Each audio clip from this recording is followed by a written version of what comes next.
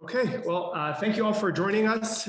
For those who don't know me, my name is Hisham Salem. I'm the Associate Director of the Program in Arab Reform and Democracy at the Center on Democracy Development and the Rule of Law at Stanford. On behalf of the program, on behalf of our co-hosts, the Abbasi Program in Islamic Studies, I'd like to welcome all of you to our event today.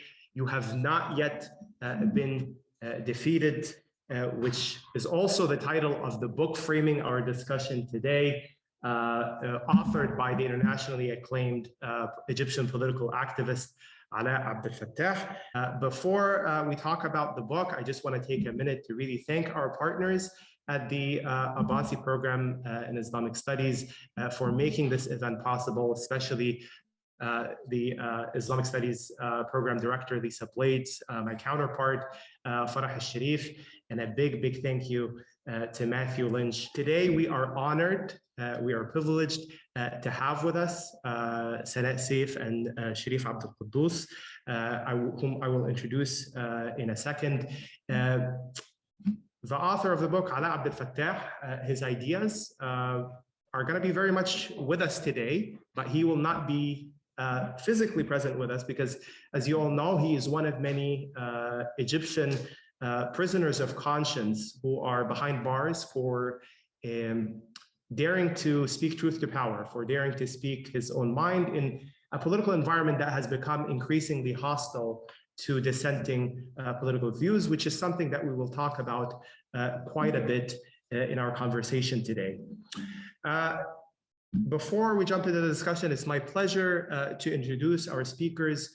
Our first speaker is the always prolific, the always inspiring political activist, producer, filmmaker, Sanaa Seif, who happens to be the youngest sister of Alaa Abdel-Fattah, and who for a very long time was known to many as the best kept secret of the Abdel-Fattah family, but it's no longer a secret. She's out there, she's flourishing in so many different fields. She brings a long history of political activism to the table. She's been imprisoned a number of times by the Sisi regime, and perhaps she can talk about this a little bit. Most recently in the fall of 2020, up until the end of 2021, for committing no crime other than trying to deliver a letter to her brother in prison. Our second speaker is award-winning journalist Sharif Abdel Kouddous, whom you may know from his work on Democracy Now! Or from his various stories that he reports from the region in the international press. Sharif is also a recipient of an ISI Award for Outstanding Achievement in Independent Media for his coverage of the Egyptian Revolution. He also received an Emmy Award for his coverage of the Trump administration's Muslim travel ban. Sanaa and Sharif, we are so honored, we are so privileged to have you with us today. So before we get started, I think Sharif is going to kick us off with a short reading of excerpts from the book, and then we'll open it up for our discussion, and then I'll try to leave time towards the end for questions from the audience. But without any further ado, we're going to start with you, Sharif. All you. So since Alaa can't be with us today, Alaa is at this very moment in a dark cell in a maximum security prison in Cairo. He spent all but a few months in prison since 2013, and he's arguably Egypt's most prominent political prisoner. This book is a selection of Alaa's writings over the past 10 years, his speeches, his interviews, his social media posts, and he's essentially in prison because of his ideas and because of his the power of his thinking. And so I'm just going to read a section, and much of what is in this book was written from inside prison. And just to let you know, Alaa's conditions in this imprisonment are the worst he's ever faced. For nearly 3 years now, he's been denied sunlight, he's been denied fresh air or time outside of his cell, he's been denied any kind of reading material or radio, and he's been denied a pen and paper. And today he's on the 41st day of an open-ended hunger strike. This piece was written in March of 2007. It was originally published in Mada Masr, and it was written from Tora prison. This is an excerpt of an essay called Portrait of an Activist Outside of His Prison. It's over. We have been defeated, and meaning has been defeated with us. And just as we were, in every step, affected by the world and affecting it, so was our defeat both a symptom and a cause of a wider war on meaning, a war on the crime of people searching for a supranational public sphere where they might find intimacy, exchange, communication, even quarrels that allow a common understanding of reality and multiple dreams of alternative worlds. I'm in prison because the regime wants to make an example of us. So let us be an example, but of our own choosing. The war on meaning is not yet over in the rest of the world. Let us be an example, not a warning. Let's communicate with the world again, not to send distress signals, nor to cry over ruins or spilled milk, but to draw lessons, summarize experiences, and deepen observations. May it help those struggling in the post-truth era. For me, I gained nothing from a decade of rage, except for some simple lessons. Most importantly, that every step of debate and struggle in society is a chance to understand, a chance to network, a chance to dream, a chance to plan. Even if things appear simple and indisputable, and we aligned early on with one side of a struggle or abstained early from it altogether, seizing such opportunities to pursue and produce meaning remains a necessity. Without it, we will never get past defeat. I've learned that the ruling regime is just an obstacle. The real challenges are international in nature. So seizing opportunities for debate becomes even more important when the conflict relates to issues that transcend national borders. Finally, siding with the stronger party is generally not useful. The powerful need nothing from you but to parrot their propaganda. The weak often cause as much trouble as they suffer. Their arguments and discourses are often as brittle as their positions in society and their diminishing chances of safety and survival. Taking their side, therefore, even as an experiment, stimulates deeper reflection, investigation, analysis, and imagination. We were, then we were defeated, and meaning was defeated with us. But we have not perished yet, and meaning has not been killed. Perhaps our defeat was inevitable, but the current chaos that is sweeping the world will sooner or later give birth to a new world, a world that will, of course, be ruled and managed by the victors. But nothing will constrain the strong, nor shape the margins of freedom and justice, nor define spaces of beauty and possibilities for a common life except the weak, who clung to their defense of meaning even after defeat. So that again from 2017 from prison. Sharif, thank you very much. Moving words that give us a lot to think about, a lot to reflect on. Before we do that, I want to turn to Sanaa and just ask you to perhaps just talk a little bit about the history of Alaa's case. Where does his case stand in the moment, and what are the conditions that he's facing? What are the challenges he's currently contending with? So Alaa was in this case. He spent first 2.5 years in pretrial detention, and then he was recently sentenced to 5 years, and without counting the 2.5 years in pretrial detention. So he's supposed to stay in prison until 2027. And it's a sentence that cannot be appealed because it's an emergency court sentence. So this is the current situation, and as Sharif said, his conditions are very bad. But he started a hunger strike, and we also recently acquired British citizenship, the three of us, me and Alaa and my sister. And this kind of gives us a hope to push for his release, push for the British government to negotiate on his behalf. And so we're in a moment of desperation, but also possibility. Thank you, Sanaa. And just to be clear, he's been imprisoned fairly continuously since 2013, with the exception of a few months here and there. He was released in 2019 after spending a 5-year sentence, where he was supposed to also spend a 5-year sentence of probation. And how the probation worked is that he would spend 12 hours in the police station every day. So he would turn himself to the police station at 6 p.m. and leave at 6 a.m. So he had only like half freedom for 6 months. And then they re-arrested him from the jail, from the probation, and put him on this new case. And so, yeah, Alaa barely gets out, and it seems, and we know that the plan for him is to kind of stay in prison. It's partly because of his ideas and the activism, the family activism, but also because they choose a couple of icons to kind of set an example with for the rest of us. And so Alaa is one of those. The conditions were very hard for the past 3 years. What the hardest thing for Alaa especially was the deprivation from books. It got to him really. So in October, he in court expressed suicidal thoughts, which is very unlike him, because he's been through a lot, and we've never went to that dark place, and we never got to that.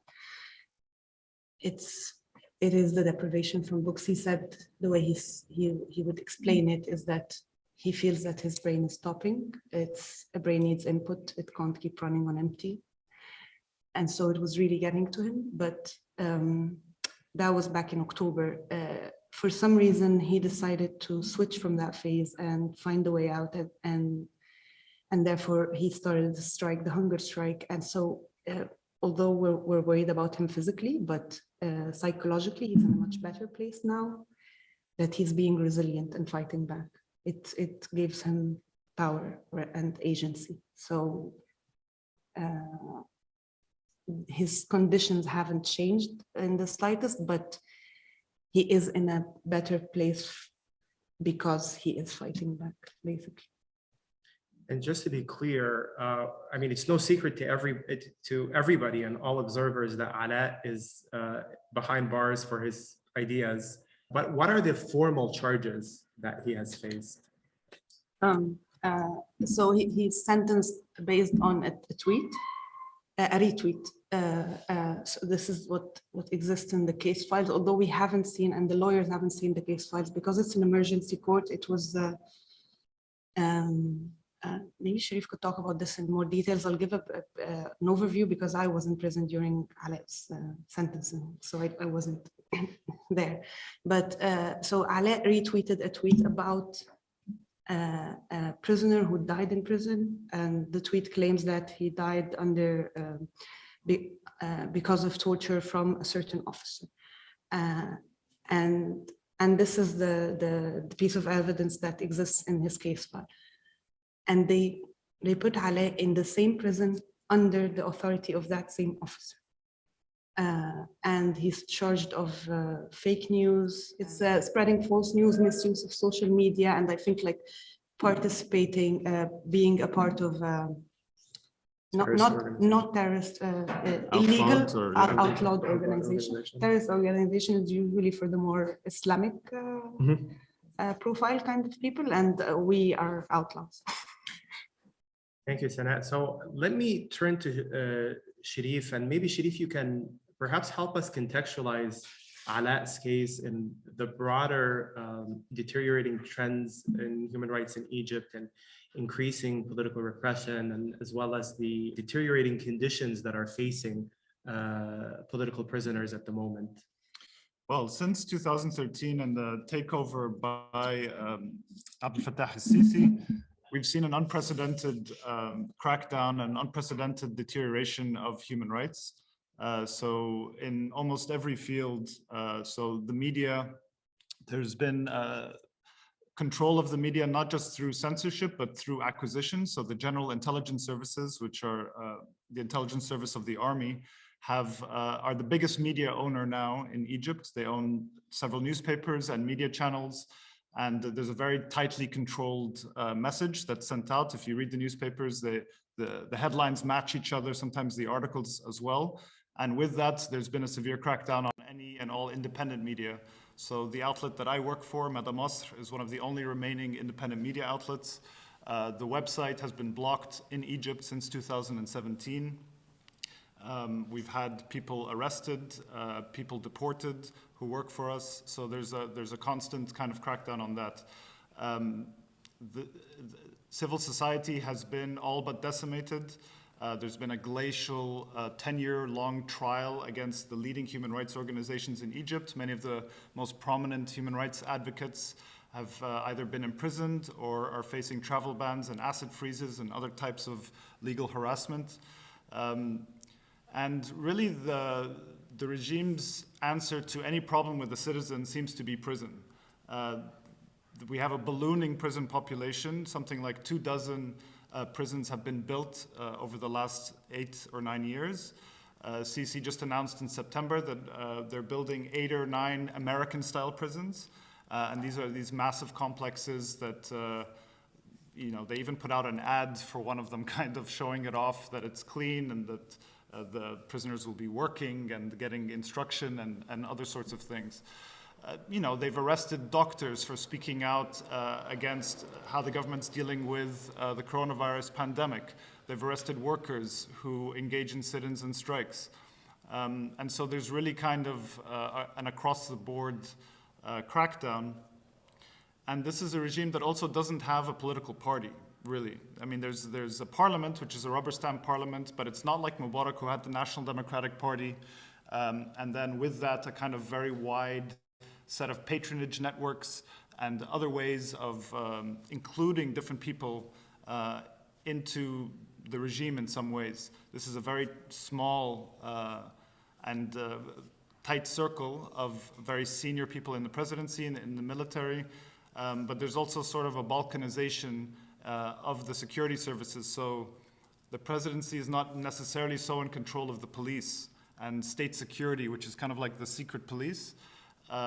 They kind of run amok, and they have kind of their own agenda and arrest people who might actually cause problems for the presidency. So you have this kind of unstable system. It may seem very strong because the repression is so strong, and an unstable system can last for a very long time, but it exists. And just finally, this has also come with a very strict neoliberal economic agenda that has come on the back of various IMF loans. Egypt's the second biggest borrower of IMF borrower in the world, second only to Argentina. And this has been, it includes austerity measures, subsidy cuts, tax hikes. And so this has significantly increased poverty and inequality. And we see people, despite the dangers, coming out in protest of different things, in small protests, and quickly being imprisoned. So it's quite a precarious situation. And Sharif, there's been a lot of talk about, at least from the political leadership in Egypt, that a change in course is within reach. It's on the horizon. It's coming. There have been announcements about a human rights strategy, whatever that means. Last year, there's also been talk about releasing political prisoners. Some political prisoners have in fact been released, and the official position coming from the Egyptian government is that you need to give us a fair hearing. Things are changing. How do we interpret these statements?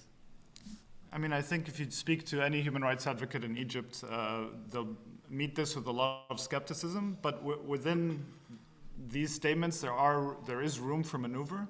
So yes, to a lot of pomp and circumstance, in September they released this human rights strategy. But it's very simple what they need to do. They need to let people out of prison. They need to let freedom of assembly and freedom of speech and these kinds of things. But they don't do that. And we have seen some high-profile prisoners be released in recent weeks. And they do this sometimes, I think, to appease critics and appease countries that are putting pressure on them to improve their human rights record. For example, a leading demand was to lift the state of emergency, which has been in place for years and accords the president certain powers. They did do that, but a few days later, enshrined into law, many of those powers were given to the president, so nothing really changes. Most of the people being held in prison, especially, we don't like to, there's a very distinct way of talking about prisoners in Egypt. Some are political prisoners and some are criminal prisoners. They're labeled this way in prison, they're talked about in the media this way, and they're dealt with differently because of this, even though those distinctions are problematic. But most of the political prisoners in Egypt are being held in pretrial detention. So thousands of people have never been convicted of a crime. And under Egypt's penal code, you can hold people for up to 2 years without convicting them of a crime, and they go before a prosecutor who renews their detention every 45 days or 15 days. But it's, you know, it's just a formality. If they want to keep you in prison longer than 2 years, they do something called tadwir, which means rotation, and they just file new charges against you, and that resets the pretrial detention clock. And there's people currently in prison who have been there 4 or 5 years in pretrial detention. So, you know, there's demands, and we've seen some people be released, but overall, I think most of these changes are just cosmetic and don't really make a difference on the ground actually for thousands of people. And someone like Alaa, you know, his conditions only worsen. Yeah, and the number of people released in comparison to the number of people we estimate, so the estimations we have is 60,000 political prisoners, and we're not sure if it's accurate. There is no way to actually know. I don't think even the regime itself knows, because things are very hectic inside, and people get arrested now without having papers or any in unofficial like incarceration facilities, and so it's hard to know the number. But if we're talking about at this scale, a dozen of releases are really negligible, because we're talking about a much larger scale, and right with right at the same time of those releases, TV presenter, TV reporter was arrested recently. So the crackdown continues. The number of releases are incomparable to the scale of the incarceration and the prisoners. So it's really just cosmetic. Yeah, they also just arrested 2 media workers who were on strike for asking for unpaid benefits and overdue bonuses and things like this. Just recently, an economic researcher named Ayman Hadhoud was killed. He was forcibly disappeared in February. His family and friends had no idea where he was. And then in April, they announced that he's dead. He's in a psychiatric hospital being held in like the police wing of it, and that he had died a month before. We have no idea why they picked him up. Photographs of his corpse, Amnesty International has said that they bore signs of torture. So these things are happening in parallel with these so-called human rights reforms and really belie any real change. I want to kind of zoom in a little bit on the question of political prison, and maybe move beyond the numbers and talk a little bit about the human experience. So especially everybody knows, or at least our subjective understanding of that experience, that when someone is behind bars, it's not just the person, their families are also in effect behind bars on a different level, but behind bars nonetheless. And Sanaa, you have sort of the unique experience of having experienced this as a family member of a prisoner of conscience, but at some point you were a prisoner of conscience yourself. And I'm wondering if you could talk a little bit about the challenges that face Egyptian families who have people behind bars on political charges or politically motivated charges. What type of challenges, everyday challenges, do they contend with? So it kind of depends on the case, but generally speaking, the prisons are not designed for people to survive in without relying on people outside. So clothing, food, like the basic necessities are not provided. And so for any family of a prisoner, it consumes a lot of your resources and your time to just maintain your family member alive and well. And it's not just, so you pay a lot of bribes, everything is more expensive. Usually prisons are away from the city, and so you take a lot of rides. You have to kind of travel in a way, but it also consumes time, a lot of time, because all of the procedures, like this, every little thing needs a procedure, and a procedure that takes hours or days. So for example, we visit Alaa once a month for 20 minutes, but we have to go early. We spend 9 hours through the whole process on our way and waiting there for these 20 minutes. And so that's to start with the basics. But then you have, if you have like assaults, and then you have complaints, and you have lawyers. So the prison is kind of, it's totally consuming, it consumes the family, but it consumes even so the remnants of the movement of 2011, everybody is just consumed with the issue of political prisoners. I mean, there's a support system now around many families because people are trying to help because it's exhausting for families. But that's it, just maintaining, like providing food and knowing news about those prisoners, especially the ones that are disappeared, that are not officially. So me and Alaa, we only disappear for hours, but our family usually knows where we exist, and it's documented somewhere that we are in prison. But for other families, for example, looking for the disappeared cases, and so it's just consuming. It consumes the whole movement. It consumes the whole family. And it puts you at risk partly. So. I would just add one thing to that. They even crack down on people who are trying to help the families of detainees. So there's a young woman, a translator from Alexandria named Marwa Arafa. She was, part of her volunteer work was to help the families of detainees, get them food, organize logistics for this kind of very difficult practice of getting food in and out of the prison.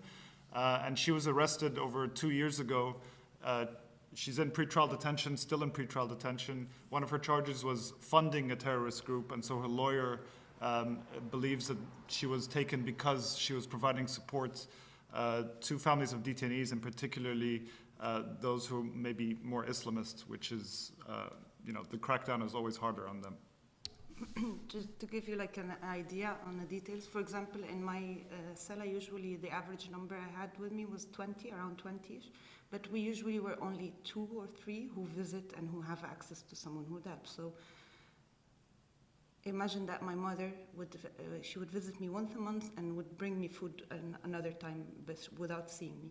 So my mother had to cook for 25 person food for a week that would suffice us for a week, for example. And she had 2, she has me and then my brother. It's just consuming, and that's her life. So that's how it is for most families. One final point, if you're comfortable talking about this, Sanaa, you both talked about the issue of trying to support prisoners of conscience, and in your particular case, you had a very distinctive experience with that, and trying to, at some point you were trying to get a letter delivered to your brother, and the consequences were dire. Like, do you have any thoughts or reflections about this? Yeah, I mean, it is the same old story. I was imprisoned 3 times. Every one of them had like its own backstory, but it all comes down to the fact that I'm trying to help my brother or talk about the assaults that are subjected to him, or about his imprisonment. And even like the unofficial conversations, so the conversations I have with state security and which are like the secret agents kind of, they are always like, the message is clear, just shut up about Alaa and you will live a normal life. And it doesn't make sense. It's not, someone is fighting you for your very existence, or something very deep in it's not like a compromise that one could make. He's my brother. So yeah, they've become very unreasonable, and so it's very hard not to resist them. I mean, and it's very hard to keep yourself away from prison with this amount of insanity. It's not like there is a certain compromise that would make you kind of live peacefully. This margin is really shrinking and shrinking. For me, for our family, maybe we're an extreme example, but I think it also applies to others. Do you want to explain why you were arrested? So that was during COVID, at the beginning of the pandemic, before the vaccines and everything, and the visits got banned because of COVID. And so the only way we could know news of Alaa was through letters, and they decided to ban letters also. And we were hearing very disturbing news about cases of COVID inside prison, and I know how unhygienic prison can be, so it was scary for us. So we filed complaints and did all of these procedures, nothing happened. So we decided to sit in front of the prison gate and not leave until we get a letter from Alaa, me, my mother, and my sister. And we stayed there for a night, and the next morning we found females, like thugs, coming at us, and they started attacking us and beating us up and stole our stuff. And they had like Weapons? Not weapons, like a brick and a wooden stick, stuff like that. And the security forces who were guarding the prison facility, were watching. It's a very secured place. It's not it's not like a hidden street or anything. And like there's a military tank and there are police forces. It's a very secured place. So we had to leave, and the next day we went to the public prosecutor to put this on record and complain, the lawyers were inside, my family were inside. I was badly bruised. I was the most beaten. It seemed like these women had like orders to kind of personally humiliate me. They were like pointing at me, this one. I was sitting in the car waiting, and the lawyers were like doing the paperwork, and then they told us the prosecutor will see me because they wanted to kind of review the wounds. And at the gate of the public prosecutor, I found a van, and an officer, like state security officer, but dressed in civilian clothes, told me, I have an arrest warrant for you. It's all that has nothing to do with the fact that you're here, just out of coincidence. And so I went into that car, and he took me to state security prosecution, which is another prosecution that's it's like an emergency prosecution. It's supposed to be working on terrorist cases. And I was faced with charges of fake news and 2 charges of terrorism, and went to prison. But eventually, when we went to court, the terrorism charges didn't go to court, but I wasn't acquitted from them. They kind of still exist on hold, just in case. So despite all of these grim realities and all these serious challenges, Alaa is, moving against the grain as he always does, and he is trying to take his resistance in his own hands, and he has not yet been defeated, per the title of this book. And he actually managed to draft a variety of writings and leak a variety of writings outside of prison over the years, and many of these writings actually constitute a good chunk of this book. So I would love, Sanaa, if you could maybe talk to the audience a little bit about the book, its history, how it came into being, and why it's really important for international audiences to be reading this book at the moment. So the way Alaa deals with our defeat as a movement, I think is very bold, because we all acknowledge our defeat.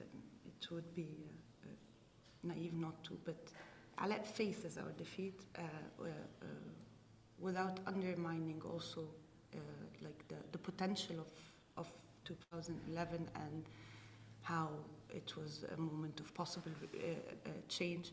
And so the way he deals with our defeat is, I think it could be inspiring to others who have not yet been defeated. And so this is, you have not yet been defeated is directed to the reader. Because we think that maybe, just as the Arab Spring was inspiring at its moment of glory, even in our defeat, it could be inspiring to others to like learn from our story and from our experience. And Alaa does this so boldly. He tries to face. He thinks there is value in facing your defeat, in understanding it, and in understanding how you can work within the margin while understanding your limitation, but also your impact. And so I think it could be interesting for others who have more space for change, but also for us personally and for Alaa, the book is the fact that the book is out is really important, and it's refreshing for us because in a way Alaa is in prison for these ideas, and so to have these ideas collected and part of his thinking collected and translated and transported, read by an English reading audience is partly kind of breaking the idea of prison, and so it's we're happy that the book is out personally for us. And it's receiving so much recognition and acclaim. Go ahead. I would just also add about the book as well. It's divided chronologically from 2011 to 2021, covering 10 years. And Alaa is a very versatile and agile thinker and covers kind of many different topics. And if you read it through, in the beginning, he writes an essay about rewriting the constitution after the ouster of Mubarak and basing it. Alaa used to live in South Africa and was deeply moved by the history of the anti-apartheid struggle. And so basing the rewriting of the Egyptian constitution on some practice that is based on the African National Charter. He's very quickly imprisoned after that, and he starts writing about the experience of prison and the body and so forth. But Alaa is also, he's a technologist.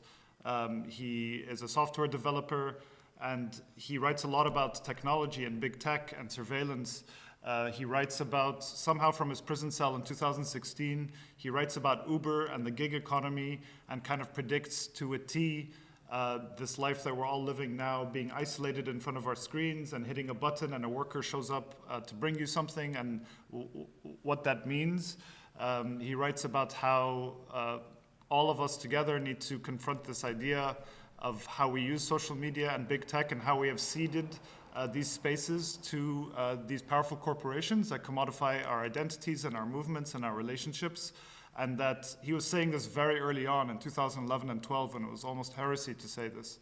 And he's also an experimental writer, and like at the end, the last few essays, he's writing about a process of healing and regeneration and how to move forward. So yeah, it's kind of, it covers a lot of different ground. Before I turn it to the audience questions, Sharif, I was hoping maybe you can address a little bit the issue of international actors and what role have international actors, particularly the United States, have played with regards to the persistence of political repression in Egypt, and what are the trends that we're seeing right now? Well, the United States has backed Egypt consistently for over 40 years with political, diplomatic, and economic support. The main crux of the relationship is based on $1.3 billion in U.S. military aid annually that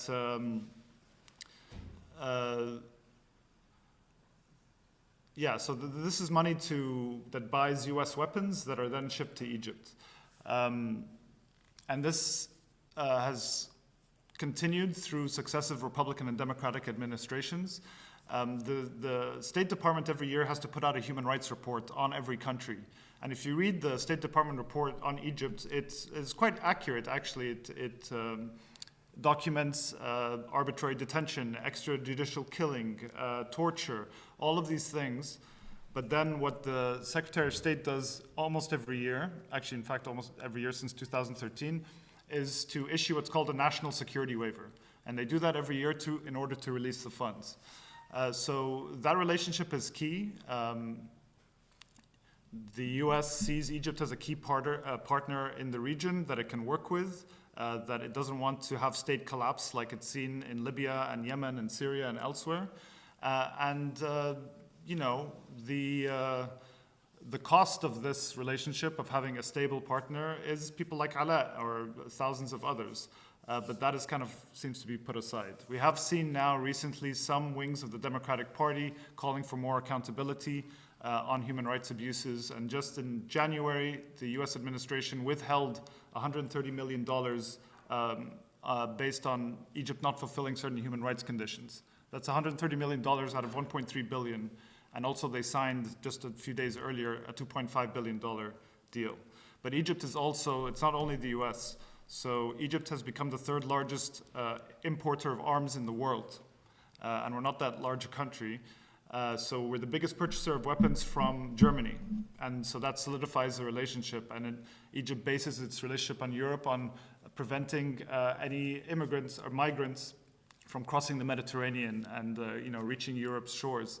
We're one of the largest, we were the largest purchaser of weapons from France, also from Russia and the United Kingdom and Italy. So this maintains this relationship.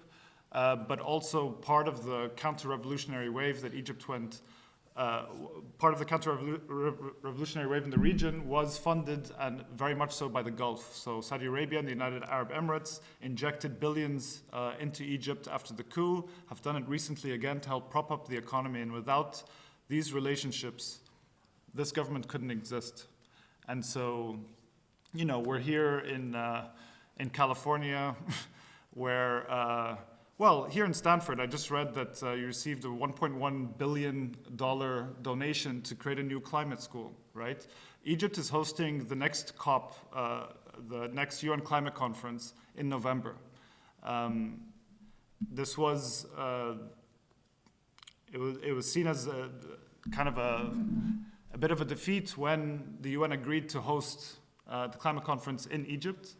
But this is something people can organize around, right? Like, what are the conditions for coming to Egypt and attending this conference? How can people here at Stanford, and you have this now amazing endowment to work on climate justice, how can you fit this into your practice as well? And Alaa writes about things like this in the book. So yes, these relationships are key. They maintain the relationship, they maintain the regime, sorry. And so the relationships of us speaking to each other and organizing together are just as important in order to kind of challenge these systems. I think it's important to, because Alaa can't be with us, to hear his words. And so this was written in September of 2019 from what Alaa calls his kiosk of solitude. And this is the part of the police station where he'd have to spend 12 hours a day, turn himself in. During that brief period where he was out of prison. And this essay is called 5 Metaphors on Healing, and in it he quotes Jacques Derrida, Walter Benjamin, and others to visualize the healing process in different ways, including in this section Donna Haraway's A Cyborg Manifesto. So I'm just going to read the last part. If we are to be treated like animals with no agency, so be it. But we shall bypass cattle and livestock, ignore pets and domesticates. We shall look to the lizards, starfish, and earthworms, those beings that can regenerate after any injury, no matter how grave. We shall accept that regenerated organs may not be identical to what was lost. They could appear to be mutilated, but look closer, and you will see the beauty in monstrosity. For only the monstrous can hold both the history of dreams and hopes and the reality of defeat and pain together. The monstrous need not forget their old injuries in order to lose their fear of acquiring new ones. And 2 days after that was published, Alaa was rearrested and he remains in prison.